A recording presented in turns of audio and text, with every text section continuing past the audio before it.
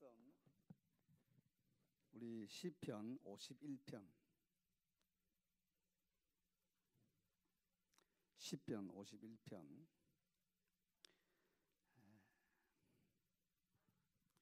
표제를 읽겠습니다. 여러분, 우리 한글 성경은 표제를 글씨체도 다르게 하고 관로에 넣어놨지만 유대인들이 사용하는 히브리어 성경은 이게 51장처럼 내용이 많을 때는 두 절이 되고 보통은 한 절이 되어서 우리 한글 성경이나 영어 성경보다는 히브리어 성경의 시편은 한 절 내지 두 절이 더 길다는 것을 기억하시고 꼭 이 표제를 읽어야 됩니다. 제가 읽겠습니다. 다윗의 시 인도자를 따라 부르는 노래.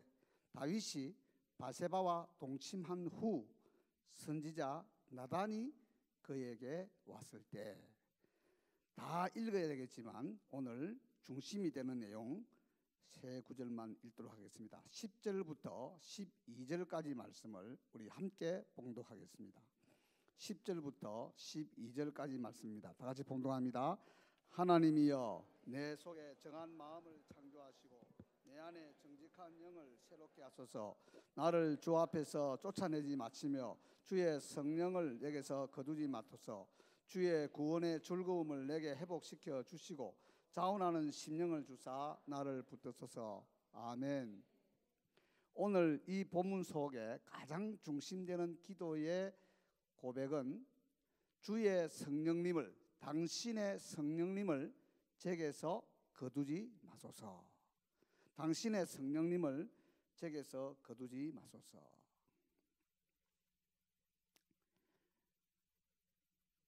자, 여기 성령이란 단어가 구약에 딱 세 번 나옵니다. 세 번 나오는데 바로 오늘 읽은 이 본문에 나오고 그리고 이사야서 63장 10절 11절에 성령이란 단어가 두 번 나옵니다. 이 구약에서 성령님을 가리키는 표현은 한 7가지가 있습니다. 창세기 1장 2절부터 시작되는데 한번 따라합시다. 하나님의 영, 여호와의 영, 나의 영, 그분의 영, 당신의 영, 그 영, 영, 성령, 이렇게 있어요. 다 이게 한 분을 가리키는 표현들이에요. 당신의 성령님을 제게서 거두지 마소서. 누가 고백한 것이죠? 다윗이. 어디서 고백했지요?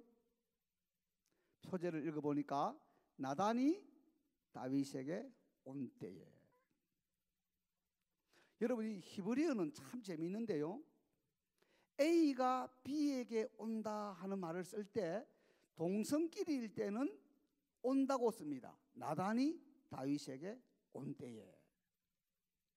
그런데 이성이 올 때는 온다는 단어로 번역하지 않고 바로 그냥 번역하기를 다윗이 바세바에게 온 때에. 원어는 똑같은 거예요. 그렇게 해야 되는데 다윗이 바세바에게 온 때에 이렇게 번역 안 하고 뭐라 번역했죠? 동침한 후에. 여기 있는 우리 사랑하는 학우들, 굉장히 중요한 진리입니다. 자, 우리 형제들만 한번 다, 우리 아래 계시는 형제들만 따라합시다. 남자가 여자를 가까이 아니함이 좋다. 자매들도 또 따라합시다. 메아리처럼. 여자가 남자를 가까이 아니함이 좋다. 고린도전서 7장 1절 2절 말씀, 이 말씀을 알아야 돼요. 남자가 남자에게 가는 것, 지금은 얄궂은 세상이 돼가지고 남자가 남자에게 가는 것도 얄궂게 생각하는 세상이에요. 여자가 여자에게 가는 것도 얄궂게 생각하는 세상입니다.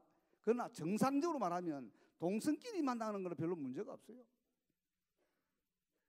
그런데 문제는 이성끼리 만날 때는 바로 성경은 동침이라고 번역합니다. 왜요? 남자가 여자에게 가고 여자가 남자에게 갔을 때의 종착역이 뭐냐는 것은 너무나 뻔하기 때문에 아무리 많이 배웠고 많이 살았고 많이 가졌고 높은 지위에 있어도 이거는 천하의 장사가 없어요. 그래서 여기 동침이라고 번역해요. 신약에서는 자기 배우자 외에는 1대1로 가까이 할 이성은 아무도 없고, 욥은 욥기서 31장 1절에서 나는 내 눈하고 언약을 맺었어. 내 배우자 외에는 이 눈동자가 왔다라 갔다라 하는 이것을 절대 하지 않는다 하는 고백을 남기고 있어요. 이것은 어려서부터 성경을 알고 어려서부터 이렇게 살면 훨씬 유혹을 이길 수 있는 모랄 파이버, 도덕적인 섬유질이 강하게 형성되는 거예요. 아멘. 우리 HCS 학교에 있는 우리 남학생들, 내 눈동자를 하나님 앞에서 언약을 맺고 앞으로 내 배우자 될 후보가 되는 사람 만날 때까지는 내 눈동자가 왔다리 갔다리 하지 않겠다.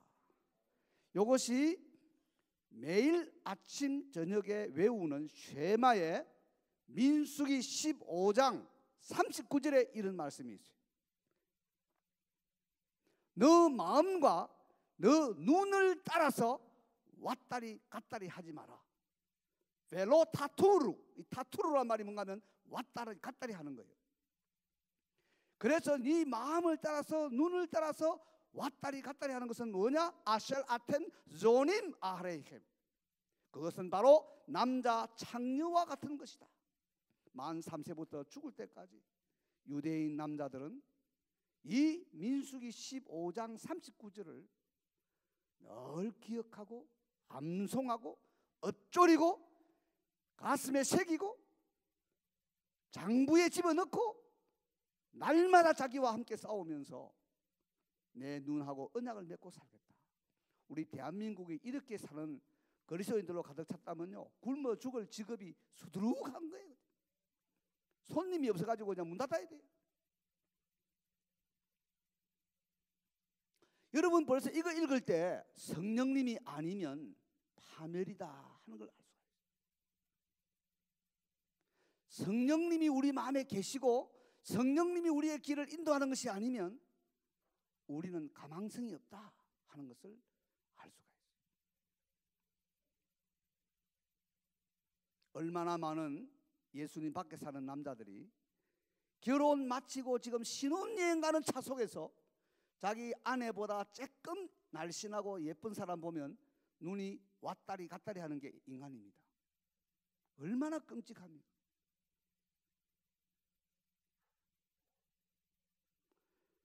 다윗이 이 사고가 일어난 나이는 49살에 이 이야기가 일어났어요.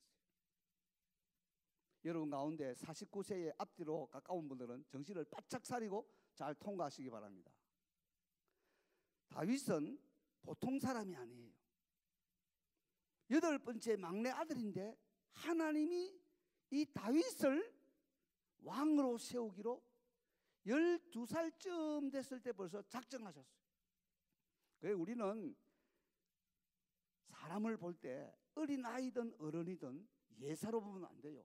하나님이 어떻게 쓸지를 아무도 몰라요. 사무엘상 16장 12절 여러분 꼭 기억하세요. 12살쯤 되는 다윗에게 사무엘 선지가 와서 기름을 부었어요. 차기의 2대 왕이 될 사람으로 미리 김칫국 마시는 동작을 은밀하게 했어요. 그날 이후로 따라합시다. 하나님의 영이 다윗을 크게 감동하니라. 우리말로 번역은 크게 감동하니라 이렇게 번역했어요. 히브리어로는 잘라흐 하니까 들어붙는 것 같아요, 자르는 것 같아요? 자르는 거지. 한번 따라합시다. 관통이, 발음을 정확하게 해야 돼요. 관통이 형통이다. 여러분이 앞으로 히브리어를 잘 배우면 이런 재미가 있는 거예요. 이 잘라흐란 말이 뭔가 하면 관통이요, 배로 들어와서 등 뒤로 나가는 거예요. 하나님의 영이 관통해 버렸어요. 오늘 밤에 하나님의 영이 저와 여러분을 관통해 버리시면 형통이라는 걸 믿으시기 바라요. 왜냐하면 히브리어로 잘라흐란 말이 관통인데 이거를 사역형으로 뭐 하게 만들다 하는 사역형을 만들면 발음이 이렇게 됩니다. 히즐리아흐. 히즐리아흐가 뭐냐면 형통입니다. 형통. 형통은 뭐냐? 관통이 형통이요. 할렐루야. 모든 것을 뚫고 나가면 스룹바벨아, 태산이 무엇이냐? 평지같이 되리라. 아멘. 태산이 무엇이냐? 평지같이 되리라. 네가 땅에 지리를 놓았은적 마침내 머릿돌을 놓을 것이다. 할렐루야. 그래서 여러분과 제가 이 성령님에 대해서 신약으로 가기 전에 구약에서도 성령님에 대해서 엄청나게 많은 내용들을 우리에게 가르쳐주고 있다는 사실을 아셔야 돼요.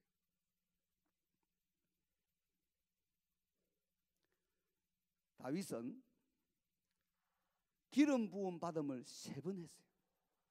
여러분, 우리 성경 전체에서요, 기름 부음을 3번 받았다는 사람은 다윗밖에 없어요.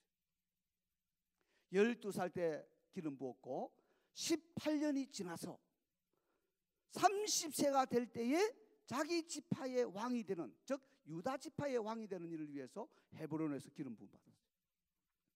그리고 8년이 지난 38살이 될 때 12지파를 통일하는 왕이 되는 3번째 기름 부음을 받습니다. 한번 따라 하십시다. 다윗은 왕이요, 선지자요, 제사장이다. 왜냐하면 이 3사람이 기름 붓는 사람인데요, 3번 기름 부음 받았다는 것은 다윗은 왕이죠. 다윗은 선지자라 그랬어요. 사도행전 2장에 가면 선지자 다윗이 그랬어요. 왜 다윗이 선지자입니까? 시편 150편 가운데 딱 절반을 다윗이 다 썼어요. 75개를 다윗이 썼어요. 선지자죠. 그리고 여러분이 잘 아시는 대로 사무엘하 6장에 가보면 뭐 하고 있어요? 하나님의 언약궤를 예루살렘 성으로 가지고 올 때 너무 기쁘니까 제사장의 옷을 입고 에봇을 달고 세마포 옷을 입고 춤을 추었어요. 그 모습은 왕이 아닙니다. 선지자가 아닙니다. 제사장의 모습. 할렐루야. 그래서 신구약 성경에서 죄인으로 태어나서 사는 인간 가운데 하나님 마음에 합한 사람이다. 우리 히브리 말을 그대로 직역하면 하나님의 마음 같은 사람이다. 우리말은 합한이라고 번역했지만 하나님 마음 같은 사람. 하나님 마음 같은 사람이 누구세요? 예수님밖에 없어요. 이는 내 사랑하는 아들이요 내 기뻐하는 자니 너희는 저희의 말을 들어라.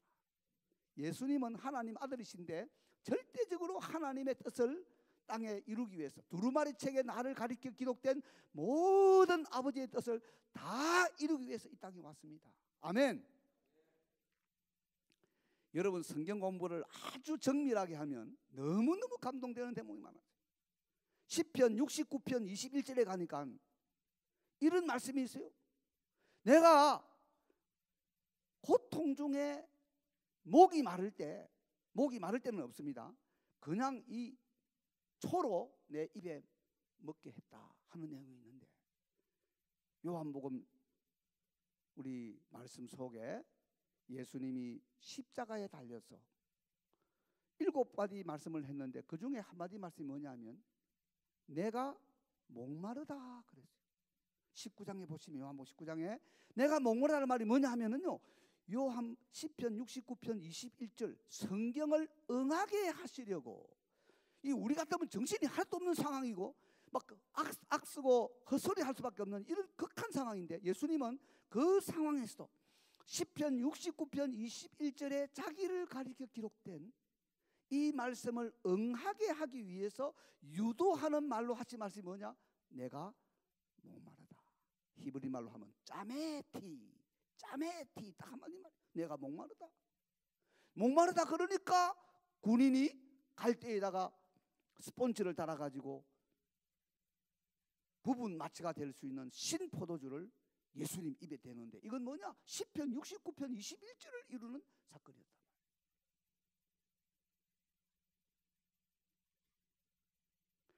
우리 예수님은 우리의 왕이십니다. 할렐루야.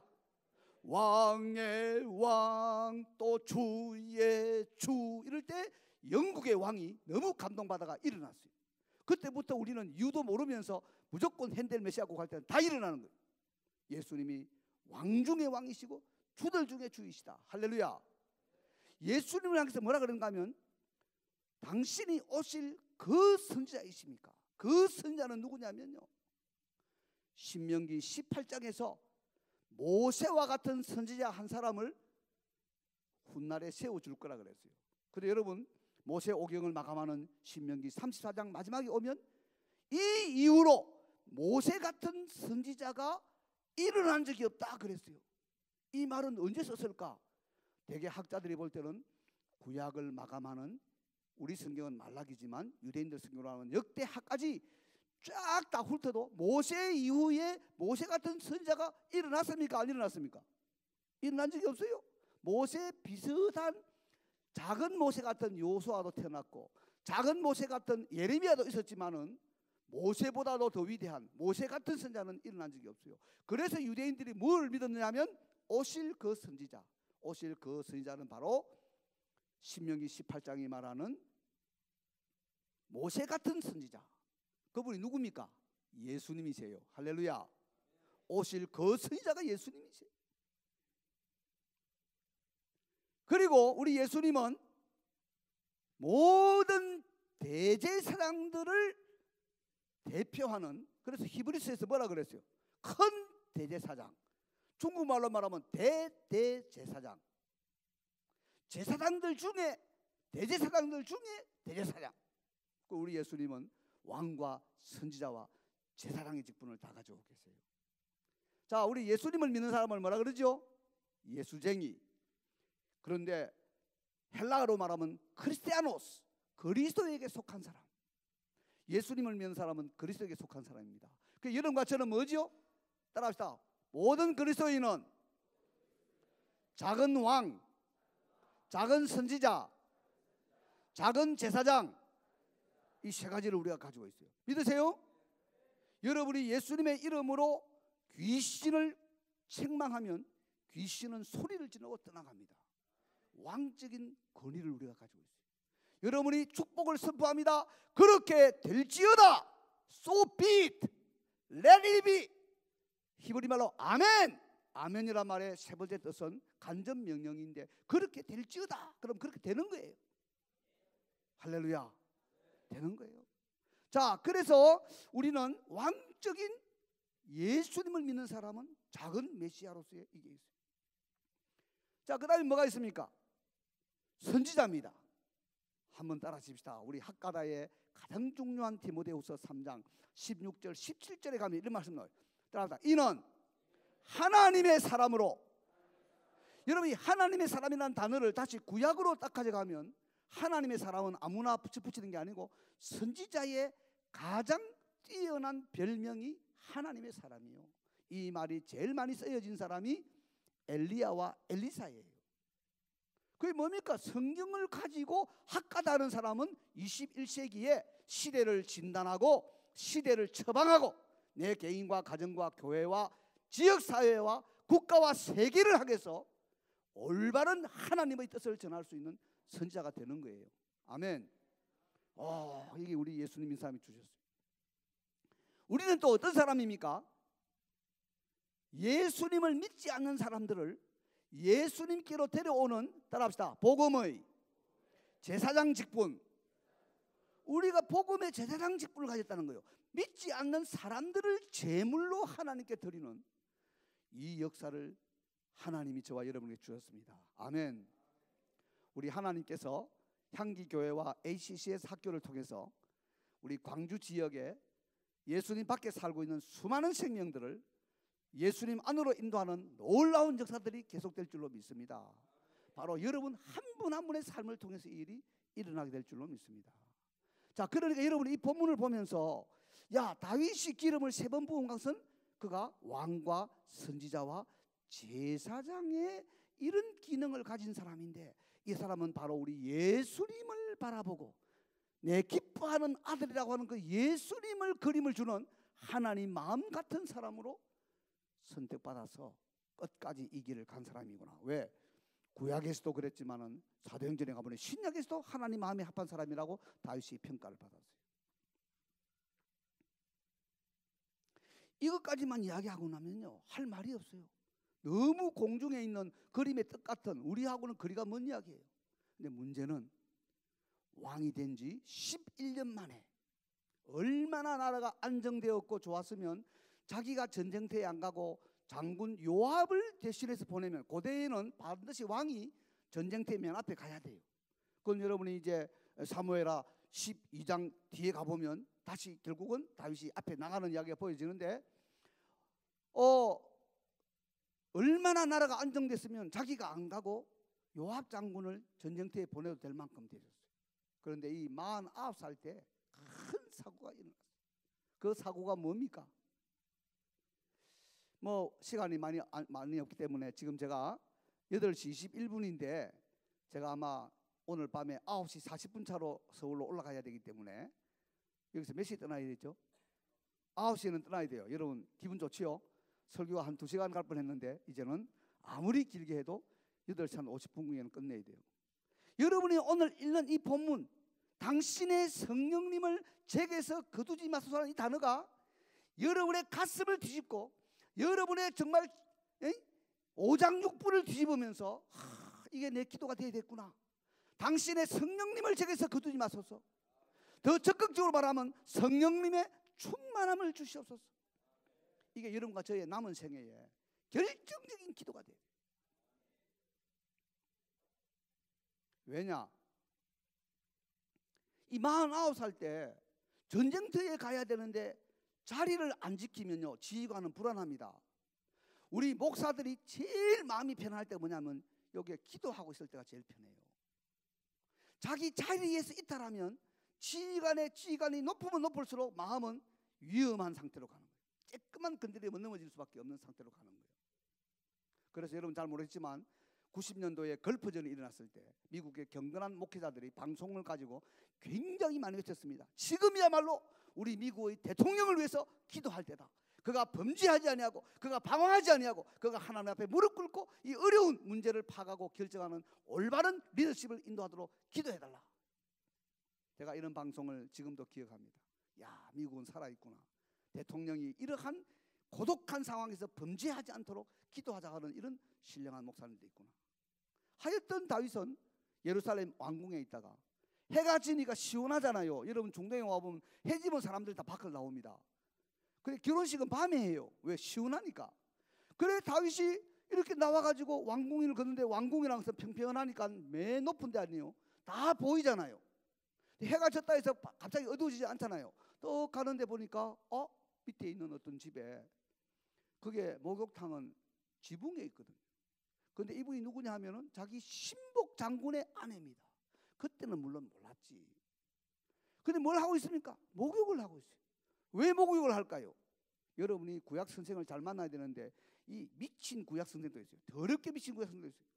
아, 여인 천하다. 응? 남편이 전쟁터 가고 없으니까 음욕이 불타하게 일어나니까 왕을 유혹하기 위해서 이렇게 했다. 이런 지옥갈 같은 해석하는 놈들도 있어요. 구약 선생님들 중에.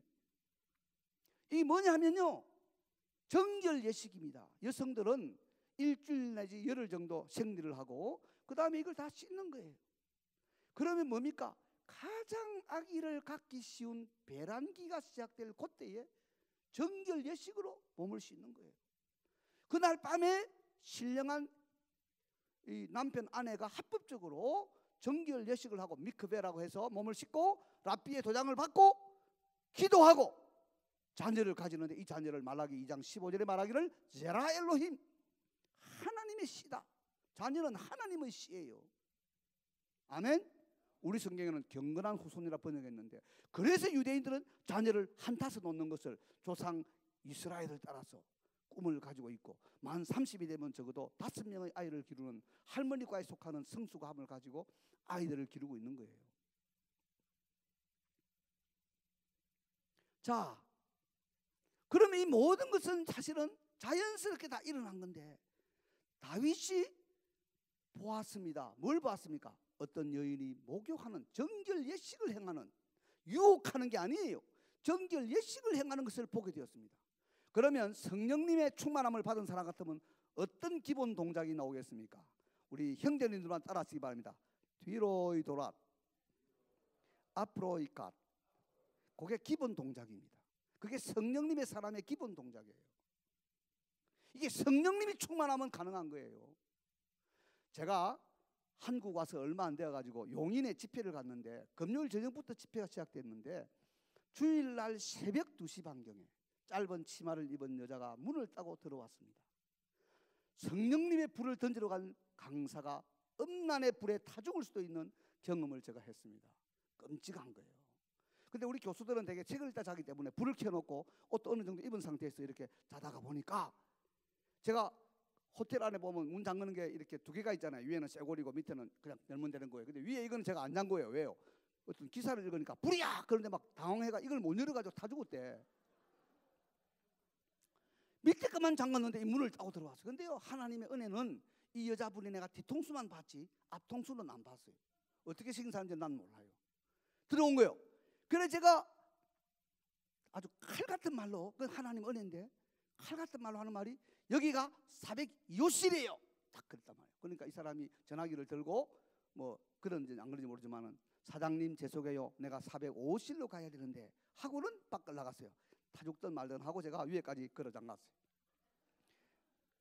그리고 제가 미국에 있는 제 아내에게 전화 걸었어요. 여보, 여기는 지금 새벽 2시 반인데 웬 짧은 치마 입은 여자가 쳐들어왔다가 다 한마디 말이 나갔는데 날 믿겠냐? 그러니까 웃더라고요. 여러분, 성령님이 오시지 않으면 천하에 장사가 없습니다. 그 뒤에 내가 한번 생각해 보니까 내가 부른 것도 아니고, 내 배우자도 여기 없고, 이거 뭐 세상 사람들이 하는 말로 하면 굴러온 떡인데 생각이 5만 가지로 다 할 수 있는 거예요. 사람이 졸지에 그냥 인생 정리해 버릴 수 있는 거예요. 하나님께서 마음을 붙잡아야만이, 성령님의 역사가 있어야만이 뒤로 돌아 앞으로 가를 하는 거예요. 자기 주먹을 가지고 자기 볼을 치면서 뭘 봐! 그러면서 정신 차리게 만드는 걸 스스로 할 수가 있는 거예요. 아멘? 다윗은 이것을 못했어요. 한번 따라 칩시다. 심히 아름다워 보이는지라. 앞에 보니하고 보이는지라 사이에는 벌써 천당과 지옥이 왔다 갔다 하는 거예요. 앞에 보는 거는 높은 데서 밑을 보니까 보이지. 눈이 2.0이니까 보이지. 거기서 보니에서 뭡니까? 아, 이거 내가 보면 안 되는 거네. 눈에 내가 언약을 맺었는데 뒤로 이돌아 앞으로 이갓, 이거 하려고 우리가 지금 학가다 하는 거예요. 아멘? 하나님 말씀이 늘 내 오장육부에 있고 내 입에 있고 내 발걸음에 있으면은 이게 가능하단 말이에요. 하나님 말씀이 없으면 이게 뭐 신학 박사라도 뭐 이게 뭐 목사라도 이게 뭐 장로라도 다 자빠지고 넘어가는 거예요. 이게 아무도 보는 사람이 없는데. 그래서 다윗이 이 여자를 데리고 오라 그랬어요. 데리고 와서 물어봤어요. 누군가 물어보면요, 그게 벌써 답입니다. 신복, 전쟁터에 가 있는 장군의 아내입니다. 끝이야, 끝. 제대로 된 사람이면 거기서 끝낸다고. 끝이 안 나는 게 인간이에요. 끝이 안 나는 게 사탄이고 끝이 안 나는 게 우리의 타락한 본성이란 말이에요. 다윗은 12살쯤에 성령님의 충만함을 받은 사람이고 성령님이 배를 뚫고 나간 사람인데 30살에 또 기름 부음 받았고 38살에 또 기름 부음 받았는데. 자, 여러분 적으세요. 사무엘상 10장 1절, 사무엘상 10장 1절, 사무엘상 10장 6절 9절. 이것은 사울왕이 기름 부음 받을 때 1절에 보면 기름 부었어요. 머리에다 부음 받을 때 6절과 9절을 보면은 성령님이 역사해서 그의 마음이 우리말로는 새 마음이 되었고 히브리어를 직역하면 다른 마음이 되었고 레브 아헤르, 자기가 본래 가진 마음이 아니고 성령님이 주시는 다른 마음을 가졌어요. 변하여 새 사람이 되었다. 그 새 사람도 이시 아헤르, another man, 본래의 사람이 아닌 다른 사람이 되었단 말이에요. 할렐루야. 그래서 사울 왕도 처음에는 성령님으로 시작했어요. 그런데 사무엘상 16장 14절을 가보시면 다윗 왕의 이야기, 그 다음 이야기 보면 이렇게 나와요. 성령님이 사울 왕에서부터 떠나고 하나님의 부리시는 악령이 사울에게 오니까 우리말로는 사울이 번뇌하게 되었다. 이 번뇌는 우리나라 말이고 히브리어의 바아트라고 하는 기본 뜻은 공포에 질리게 되었다는 거예요. 여러분, 성령님의 충만한 사람하고 성령님이 없는 사람의 큰 특징 중 하나가 뭐냐면, 성령님의 충만한 사람은 어떤 일이 생겨도 담대합니다. 성령님이 없는 사람은요, 가랑이만 바사락거려도 깜짝깜짝 놀라는 거예요. 사울 왕은 이렇게 끝을 내고 말았습니다.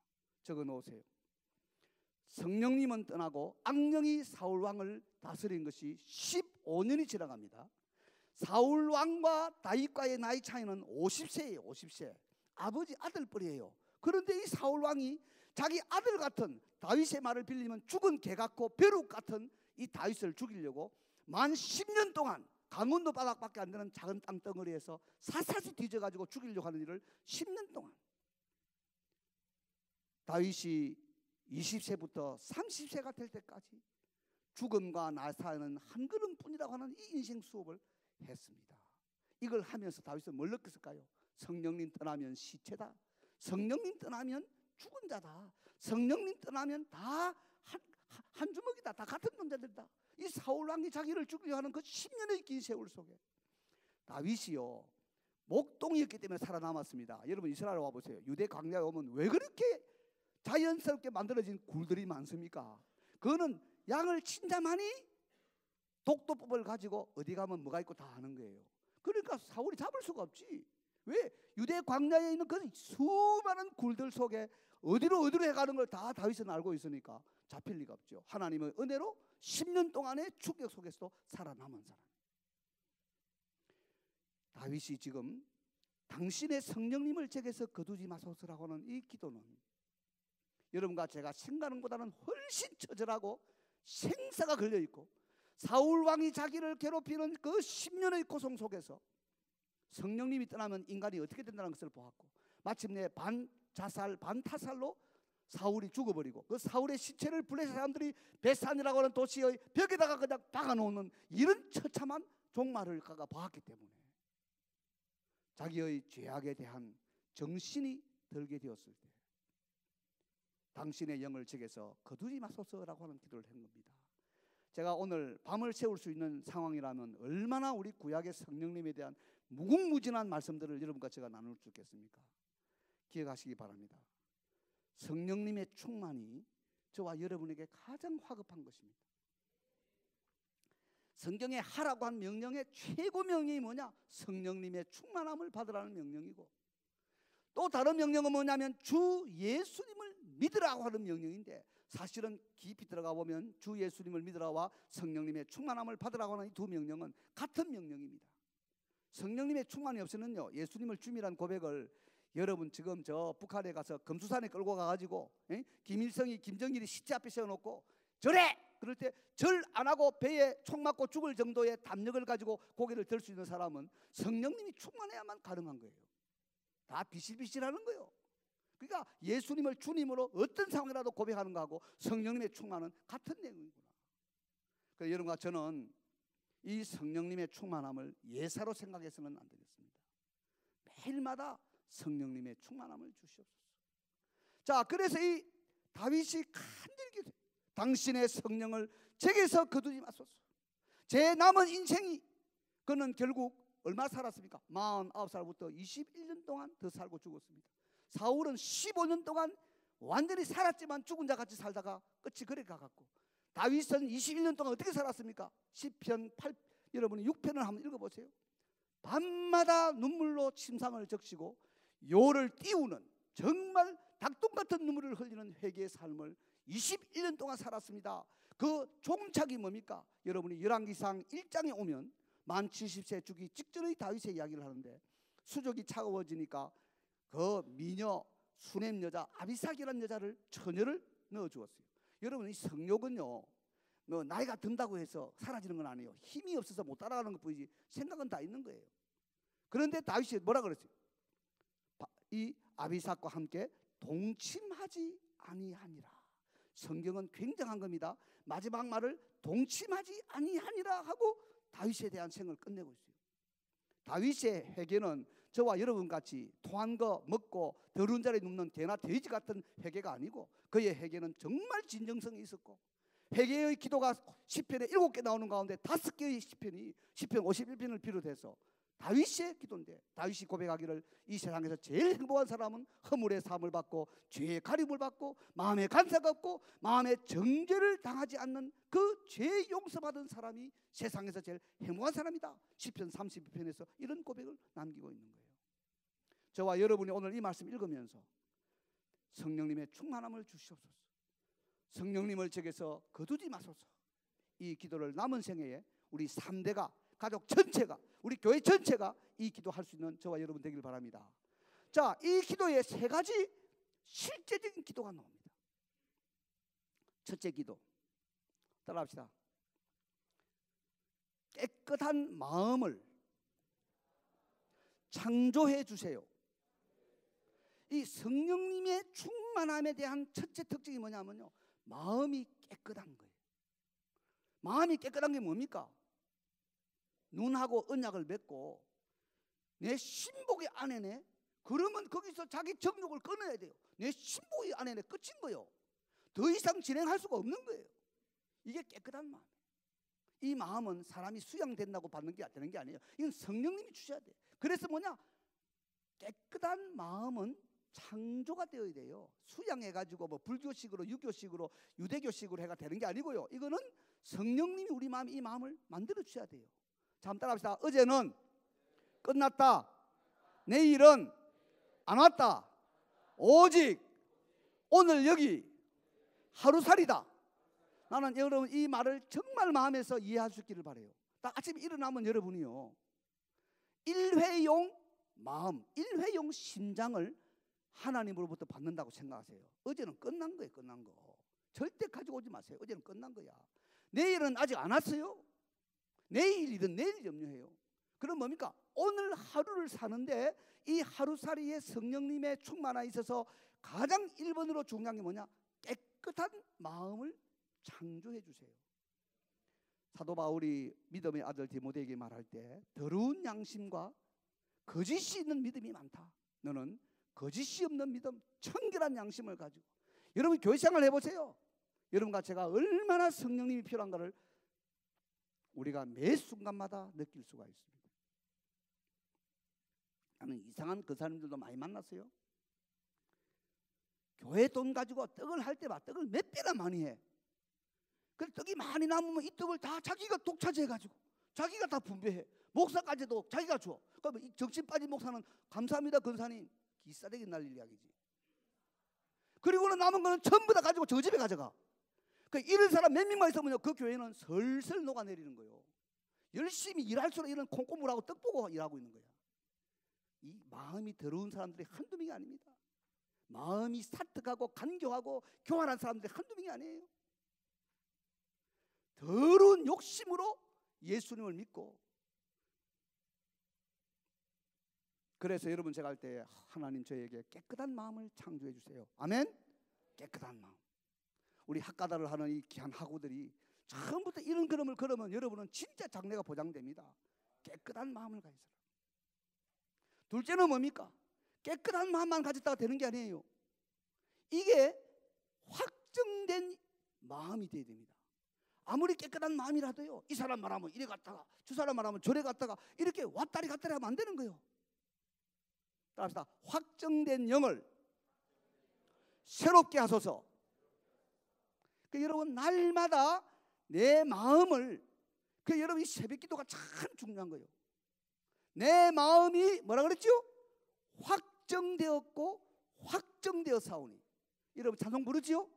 시편 57편에서는 확정이라 번역했는데 왜 51편에서는 정직이라 번역했을까? 이 구약 성경을 번역하는 사람들이 정신 차려야 돼. 히브리어는 꼭 같은다는데 여기는 왜 정직이라 번역하고 왜 거기는 확정이라 번역하냐? 사실은 확정이 맞는 거예요. 확정된 영을 새롭게 하여 주시옵소서. I have decided to follow Jesus. I have decided to follow Jesus. I have decided to follow Jesus. No turning back. No turning back. 아멘. 이 세상 사람 난 몰라줘도 뒤돌아서지 않겠네. 예수님이 예루살렘으로 올라가시기를 굳게 결심하시고 이 마음이 확정되는 것이 아주 중요합니다. 이 마음의 확정은 하루살이. 그래서 여러분 새벽을 깨워야 돼요. 새벽에 여러분 앉아서 한 시간만 딱 기도하면요, 하루 동안의 일이 일렬 종대로 딱 서게 돼 있어요. 오늘은 내가 이런 일을 해야 되구나. 저는 항상 가지고 다닙니다. 이게 제가요, 단돈 700원에 사는 노트입니다. 맨 뒤에는 새벽기도에서 하는 우리 본문 읽고 깨달은 거 다 적고, 이쪽에는 1시간 동안 기도하면서 떠오르는 거, 이렇게 하나님께서 오늘 하루의 일들을 주는 걸 다 적고, 그래 비교적 갈지자를 덜 걷고 그날에 주어진 하루살이를 숨가쁘게 달려가는 거예요. 여러분께서 두 번째 기도, 성령님의 충만은 깨끗한 마음만 가지고는 안 된다. 확정된 영을 새롭게 하여 주시옵소서. 아멘.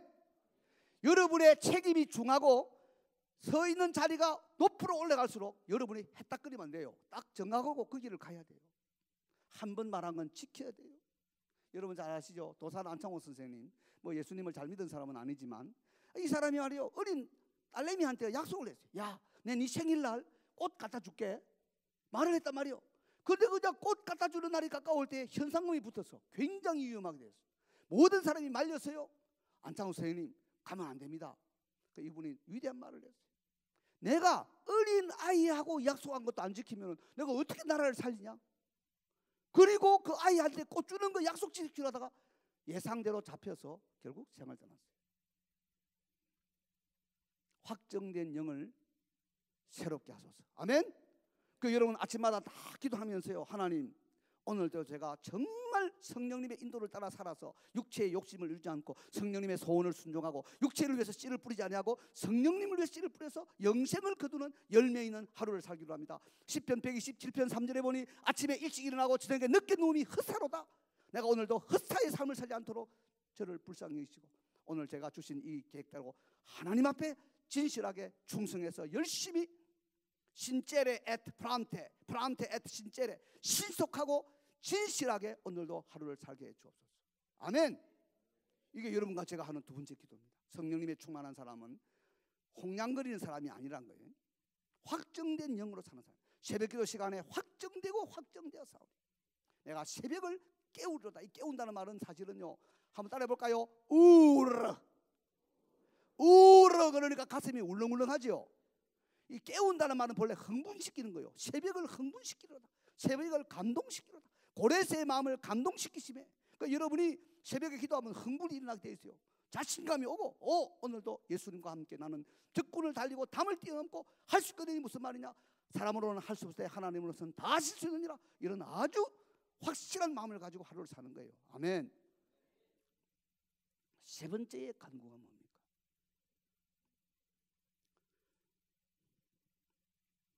따라합시다. 자원하는 마음을 주시고 구원의 즐거움을 제게 회복시키소서. 그러니까 깨끗한 마음만 갖고 되는 게 아니죠. 확정된 마음만 갖고 되는 게 아니에요. 세 번째도 아주 중요한데 뭐냐? 자원하는 심령을 주십시오. 여러분, 좋아서 사는 사람하고 마지못해 사는 사람은요, 그 모든 나타나는 게 다릅니다. 기왕 할 바에야 기쁜 마음으로 하십시다. 자원하는 마음으로 합시다. 단 마음으로 합시다. 부득히 하며로나 억지로나 더러운 일을 탐하며 살지 맙시다. 이게 아주 중요한 거예요. 오늘 제가 오후 시간에 말씀드렸습니다. 1시 35분에 밥을 다 먹고 2시 15분에 대한문 쪽에서 동성연애가 시작되는, 그 반대하는 운동이 시작되는데, 과연 1600명의 교수가 있는 우리 백석학원에 모든 교수가 그날 다 그런 일을 했다면 1시 35분에 대한문으로 가려고 하는 진정한 의미의 자원하는 마음을 가진 사람은 몇 명 있을까? 나는 이 생각을 가지고 그쪽을 향해 갔습니다. 오늘 제가 이야기하다 보니 끔찍하더라고요. 왜요? 오늘 그 10명 되는 우리 목사님들 반에, 가르친 반에 그분들이 여기 왔잖아요. 아직도 몇 분도 앉아 계세요. 그런데 그때 내가 그분들 다 대한문에서 만난 분들이거든. 그 중에 몇 분은 늦게까지 같이 있었거든. 저녁을 같이 먹었으니까. 말 함부로 못 하는 거예요. 하다 보니까 앉아 있는 거예요. 내가 조금이라도 거짓말하면 큰일 나지 이거는. 시간도 딱 맞아야 되고. 7시 떠났는데 왜 9시 떠났다 그러지? 이러면 큰일 나는 거예요, 여러분요. 자, 그래서 우리 세 번째 기도, 자원하는 마음을 주십시오. 아멘. 우리 학우들이 공부도 내가 하고 싶어서 하는 사람은 못 말립니다. 못 말립니다. 여러분, 제가 하나 이야기할게요. 제가 고등학교 다닐 때 우리는 서울대학 들어가는 공부를 1학년 겨울방학 때부터 시작했어요. 하는데 여러분 잘 모르겠지만 매일 3시간 수학 공부하는 거를 주일 외에는 제가 한 번도 깬 적이 없어요. 그때는 내가 예수님을 믿는 길은 있는데 좀 좋은 선생님을 많이 못 만나가지고 내 좌우명이 뭐냐면 살아서 굴욕보다 분투 중 쓰러짐을 택하라. 이게 제 구호였어요. 공부하다가 죽어버리자 그냥. 얼마나 열심히 했는지 몰라요. 여러분요, 고등학교 시절에 벌써 3학년쯤 돼서는 단어 사전 있죠. 제 두툼 사전, 영한 사전 아무 데나 펴가지고 3개 틀리면 내가 빵 사내고 2개 틀리면 상대방이 빵 사내고 이 내기를 할 만큼 영어 단어를 많이 외웠어요. 열심히 공부했어요. 그 여러분이 자원하는 심령을 주세요. 할렐루야. 공부도 하고 싶은 마음으로 하면 이게 그냥 무지무지한 성령이 나오는데 마지못해서 하면 이거는 생지옥이에요. 생지옥. 자원하는 심령을 주세요. 아멘. 모든 일을 자원하는 심령, 모든 우리의 일들을 자원하는 심령. 여러분, 제가 정말 이런 이야기들이 많습니다. 이 백석학원에 별의일들이 안 지나갔겠습니까? 예? 제가 농땡이 치고 요름 피울 수 있는 가능성이 있는 일들이 얼마나 많이 지나갔겠어요? 만일 그때 제가 이렇게 자원하는 것이 아닌 눈치 작전으로 갔더라면요, 꼬리가 길면 아까 누가 이야기하대 밟히게 돼 있어요. 덜키게 돼 있어요. 한 번 덜켰으면 끝나는 거예요. 그런 사람 절대 안 써요. 절대로 자원해서 진심으로 해야 되는 거예요. 아멘. 따라합시다. 구원의 즐거움을 회복시키시고. 여러분, 죄 지으면요 얼굴이 벌써 어두워집니다. 죄 지으면 기둥이 보이고 사람 앞에 나타나기 어렵고요. 죄 지으면 벌써 까만 안경 끼고 앉아 있습니다. 교회당에 와서도 그래요. 교회당에 와서도 저 벽 뒤에 앉고 그것도 모자라가지고 막 까만 안경까지 끼고 앉아 있어요. 죄 지으면요 값이 떨어집니다. 죄 지으면 그냥 주가 폭락이야. 그가 누구든 간에. 보세요. 여러분, 텔레비 보면요 죄 지어서 딱 잡혔는데 해 웃고 내 얼굴 좀 내주시는 사람은 한 사람도 없어요. 어느 나라 전부 다 위에 옷을 막 덮어 쓰고 막 별의별 짓을 다 합니다. 여러분과 제가 구원의 즐거움을 회복시켜 주시옵소서. 여러분과 저는 다 연약한 게 많고 아직도 우리가 문제가 많고 아직도 우리가 매일 더러워지고 예수님 보혈로 성령님이 우리를 씻어줘야 할 이러한 죄인들인데 구원의 즐거움을 회복시켜 주옵소서. 우리 찬송가 중에 가장 감동 있는 표현 중 하나 이겠습니다. 물밀듯 기쁨이 제 맘에 넘치면 주 예수님 제 맘에 오심. 기쁨이 어떻게 온다고요? 물밀듯 기쁨이 제 마음에 넘치면. 나는 여러분 이거 자주 경험할 수 있길 바랍니다. 물밀듯 기쁨이 넘치면요 어떤 게 오느냐 하면요 성당판이 열려가지고 나이는 지금 70을 향해 가고 있는데 키가 좀 크는 거 아닌가? 하도 그냥 막 온 전신에 막 기쁨이 오니까 다리도 좀 뻗어가고 막 팔도 끄덕한 것 같고 나오다 보면 담벼락 한 2m짜리 보면 그냥 확 뛰면 날아갈 것 같아. 상상은 자유니까. 이게 뭐냐면 물밀듯 기쁨입니다. 여러분 봐요. 제가 혼자 있을 때 이 다리미질 할 때 제일 곤란한 게 이 와이사스를 다리는 건데 제가 비법을 알았어요. 여기만 딱 다려요. 여기만. 그리고는 아무리 더워도 위에 옷을 벗지 않아요. 내가 이 다리미질 할 때마다 제가 은혜 받았어요. 여러분, 한국의 다리미 참 신기한데요. 물 넣고 하면 물이 끓어가지고 픽픽 나가면서 이게 딱 하면 아무리 줄어진 것도 이 함 지나가면 다 펴져요. 야, 열받은 저기 다리미만 지나가도 이렇게 쪼그라진 옷들이 다 펴지는데 성령님께서 우리 마음에 기쁨을 주시면은 얼굴에 확 펴지게 되어 있습니다. 우리 목회자들이 가지는 기쁨이 뭔지 아세요? 예배 시작할 때 보면 막 죽을 상, 우거지상으로 다들 앉아 있어. 근데 성령님이 오셔서 담비를 부으시고 생수의 강이 흘러나게 하시고 불로 역사하시고 막 성령님이 기뻐하시면서 운행하시잖아요. 예배 딱 마치고 난 다음에 악수할 때 보면요 전부 다 집단 성형수술 받아가지고 이 얼굴들이 전부 다 화색이 돌고 너무나 선남 선녀가 되어서 잘했군 잘했어 오기를 잘했어 하고 악수를 하면서 헤어지는 거예요. 할렐루야. 물밀듯 기쁨이 제 마음에 넘쳐. 이게 뭡니까? 자원하는 심령입니다. 성령님 제 마음에 이 기쁨을 회복시켜 주세요. 이 구원의 기쁨을 회복시켜 주세요. 내가 이 죄인이었는데 전에는 내가 어둠이었는데, 전에는 내가 마귀의 노예였는데, 정욕의 노예였는데, 세상 풍속의 노예였는데, 그러나 이제는 내가 주 안에서 빛이 되고 빛의 자녀는 모든 착함과 의로움과 진실함이 있다. 이런 변화를 주신 하나님 감사합니다. 저에게 이 기쁨을, 즐거움을 회복시켜 주시옵소서. 여러분, 이렇게 되면 놀라운 역사들이 일어나게 될 줄로 믿습니다. 말씀을 맺습니다. 다윗은 정말 위대한 분이세요.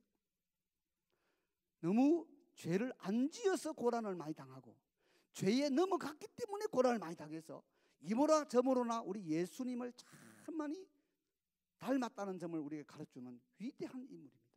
유대인들의 국기는 삼각형 두 개 엎은 건데 이거를 히브리 말로 코카베이 다윗의 별들이라 그래요. 다윗의 별들.